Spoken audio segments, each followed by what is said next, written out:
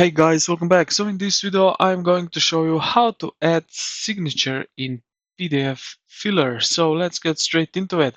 Now first thing what you need to do is open up your PDF which you want to sign. Wait a little bit, a few moments that it's open up. Now I will zoom out a little bit.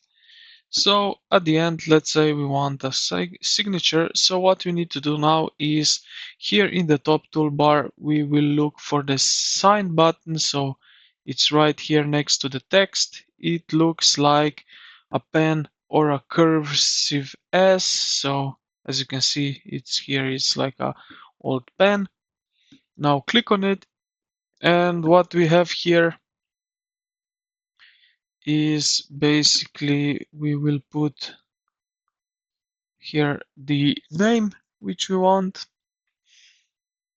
and initial, let's say we will add like that. All right, now the second thing what we need to do here, we will save and sign just like that. And as you can see now, we have our signature right here on our mouse.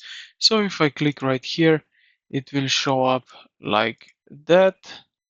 As you can see, let me zoom size it a little bit.